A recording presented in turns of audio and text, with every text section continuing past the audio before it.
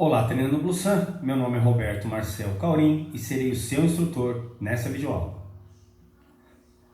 Muito bem, continuando o dimensionamento do sistema fotovoltaico off-grid, vamos recordar o que nós vimos na planilha, né? Em que eu tenho a quantidade de equipamentos, que é importantíssimo saber, e, obviamente, a potência unitária de cada um desses equipamentos. Também é importante saber o tempo de uso diário desses equipamentos. Ou seja, a televisão ela vai ter um uso de 5 horas por dia, as lâmpadas de aproximadamente 6 horas, o ventilador 3 horas, a geladeira 8 horas e o rádio relógio 24 horas. É fundamental que você converse com o seu cliente quando tratamos de sistemas off-grid. É fundamental que fale com o cliente e acerte esses valores com o seu cliente, porque você tem que definir antes com ele para que o projeto possa ser estabelecido e dimensionado de acordo com as necessidades do seu cliente, tá ok? Porque se ele utilizar, por exemplo, essa televisão numa quantidade maior, por exemplo, ao invés de uma televisão, no projeto tem uma, se ele utilizar duas, já vai mudar completamente. Ou mesmo se ele tem uma televisão de 90 watts e de repente ele quer trocar por uma televisão de 200 watts. Ou mesmo se ele quiser alterar o tempo de uso dessa televisão.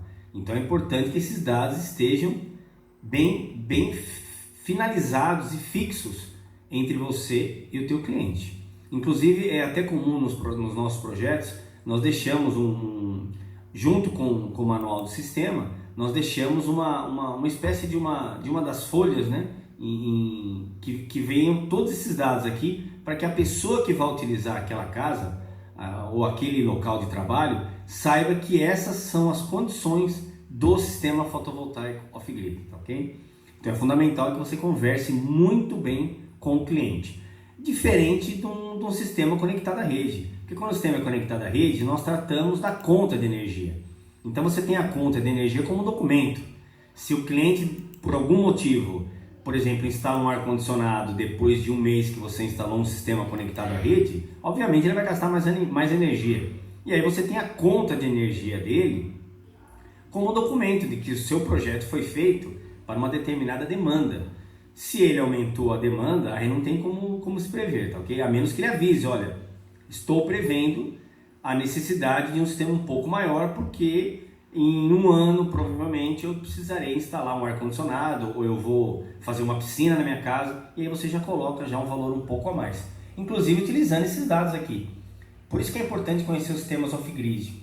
Você vai precisar, é muito comum você precisar do conhecimento desses cálculos desses sistemas off-grid no sistema grid-tie, principalmente quando você tem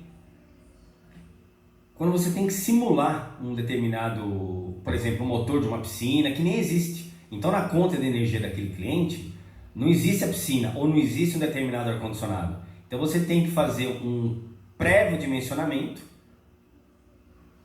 que é um dimensionamento teórico, mas você consegue ao menos prever com muita proximidade, muito próximo da realidade, quanto aquele equipamento irá consumir de energia, tá ok? Então é importante, frisando mais uma vez, nós sabemos a quantidade dos equipamentos, a potência e o tempo de uso. Se ele é corrente contínua ou corrente alternada, é um outro detalhe importante que nós vamos ver um pouco à frente, tá ok? Bom, aqui são os dados do sistema que eu já havia descrito na aula anterior. Então, eu tenho aqui todos os dados desse meu sistema fotovoltaico. Repetindo, sempre que você for fazer o projeto de um sistema isolado ou autônomo ou off-grid, todos esses dados que estão aqui você vai ter que ter antes de começar o projeto, tá ok? Você vai ter que ter quais são os equipamentos, quantidade, potência, tempo de uso, se é corrente contínua ou corrente alternada, e esses outros detalhes aqui que eu já falei na última videoaula.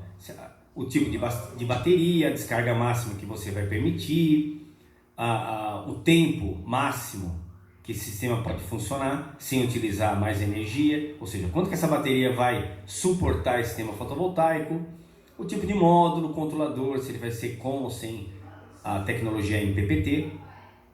Então esses dados aqui são fundamentais para que você possa iniciar o seu projeto fotovoltaico. ok? Mas vamos agora ao dimensionamento em si. Nós vamos pegar essa mesma planilha e vamos acrescentar valores nela, tá ok? Tanto aqui, a mesma planilha, tá? Só está com uma cor diferente aqui.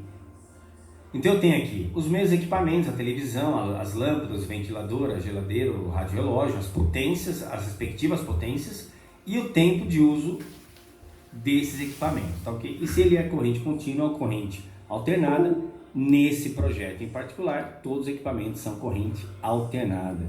Evitem equipamentos de corrente contínua, geralmente eles costumam dar muito problema, é muito difícil você encontrar assistência técnica e geralmente são muito mais caros, tá ok? Então evitem equipamentos de corrente contínua.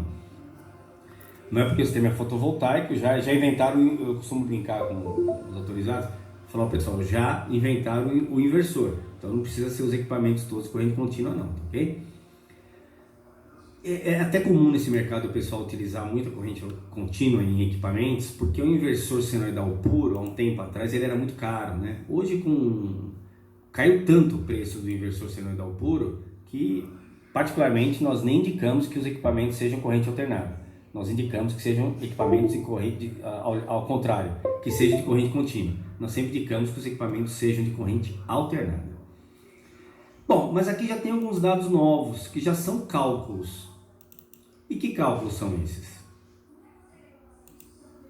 Percebam que eu tenho aqui a energia consumida por dia na unidade de watts-hora por dia. De onde saiu esse número aqui? Que é a energia consumida por esse equipamento a cada dia de uso dele.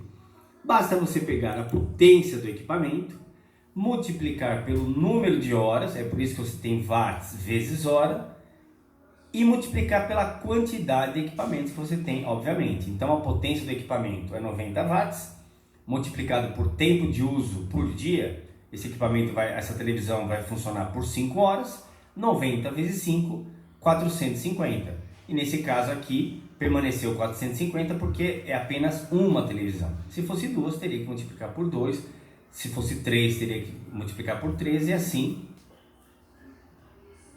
por diante. No caso das lâmpadas LED, percebam, eu tenho aqui a potência de cada lâmpada é de 5 watts, multiplicado por 6 horas por dia, que cada lâmpada vai funcionar, multiplicado pela quantidade de lâmpadas, que são 8. Então, 6 vezes 5 vezes 8, 240 watts-hora por dia.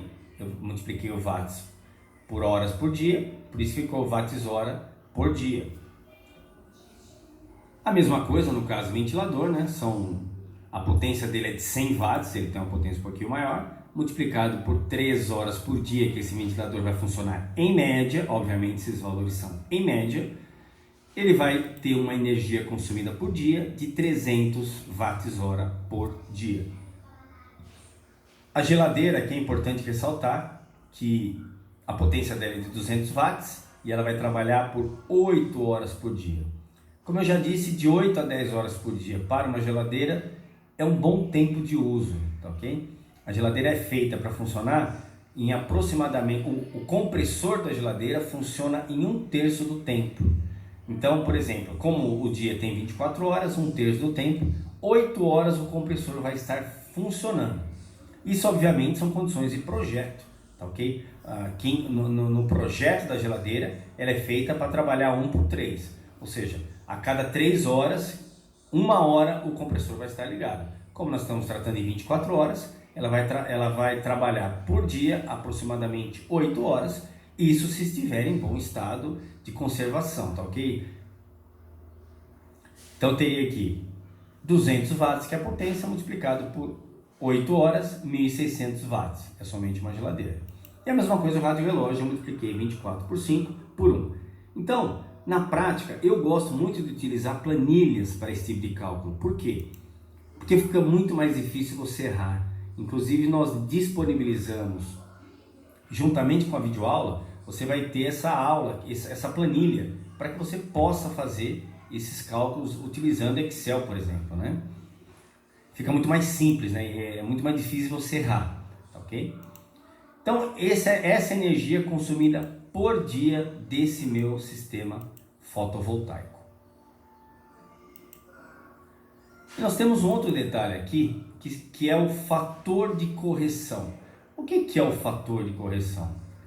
Sempre você vai utilizar um fator de correção para equipamentos de corrente contínua, um fator de correção de 0,9 e um fator de correção para equipamentos que trabalham com corrente alternada de 0,81. Da onde eu tirei esses dados? É muito simples. Lembra que eu comentei com vocês que a bateria, isso o fabricante que nos fala, que a bateria, toda a energia que você envia para a bateria armazenar, 90% ela consegue armazenar, ou seja, 10% ela perde. É por isso que nós colocamos esse fator de correção para equipamentos de corrente contínua, ou seja, essa energia vai ter que ser armazenada pela bateria, então eu perco um pouco da energia que o meu sistema fotovoltaico vai gerar. É por isso que eu tenho esse fator 0,9. Quando os equipamentos são de corrente alternada, além de passar pelo banco de baterias, que é esse 0,9 aqui, esse primeiro 0,9, eu ainda preciso passar pelo inversor, para que a energia seja transformada de corrente contínua para corrente alternada. E nós podemos ter um número padrão de eficiência do inversor de 90% também, ou seja, 0,9 vezes 0,9, 0,81. O que é importante saber, sempre que o equipamento for corrente contínua, ele terá uma eficiência de 0,9 e se for corrente alternada, 0,81 será esse fator de correção para o sistema fotovoltaico. Ou seja, eu vou ter que aumentar um pouco esse valor aqui, porque não é exatamente essa energia que eu vou consumir, porque parte dela eu não vou conseguir gerar. Então eu tenho que dividir esse valor pelo fator de correção. Como nesse caso todos os equipamentos são de corrente alternada, basta eu dividir a energia consumida teórica, note bem, teórica, e dividir pelo fator de correção, para que eu possa corrigir, na verdade é o termo que nós utilizamos, né? Corrigir esse valor de energia consumida, para que seja um valor mais realista, levando em consideração que a bateria tem perdas e que também o inversor tem perdas. E eu tenho que levar isso em consideração, porque senão eu acabo subdimensionando o meu sistema, tá ok? Então se eu pegar 450 e dividir por 0,81, eu chego nesse valor de 555,5 watts-hora por dia. Agora já é uma energia consumida corrigida. A mesma coisa com os outros eletrodomésticos, no caso aqui da lâmpada, 240 vezes 0,81 deu 296, 300 dividido por 0,81, 370, 1.600 e assim por diante, tá ok? O que é importante entender? Que a energia consumida diariamente desse meu sistema será a somatória de todas essas energias aqui.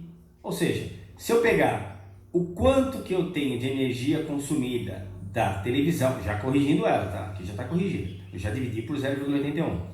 Da televisão, das lâmpadas, do ventilador, da geladeira e do rádio relógio, eu vou ter uma somatória, que nesse caso aqui será de 3.346 watts-hora por dia.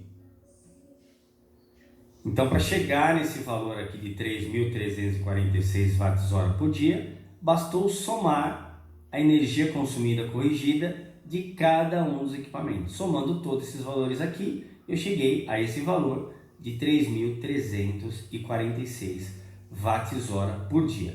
Esse número é muito importante. Por quê? Porque esse número é o número que define qual que é a energia que essa casa vai consumir por dia. Ou seja, eu tenho que projetar um sistema fotovoltaico que leve em consideração outros fatores de perda, mas que no final me dê uma energia de pelo menos 3.346 watts-hora por dia, tá ok? Isso por dia.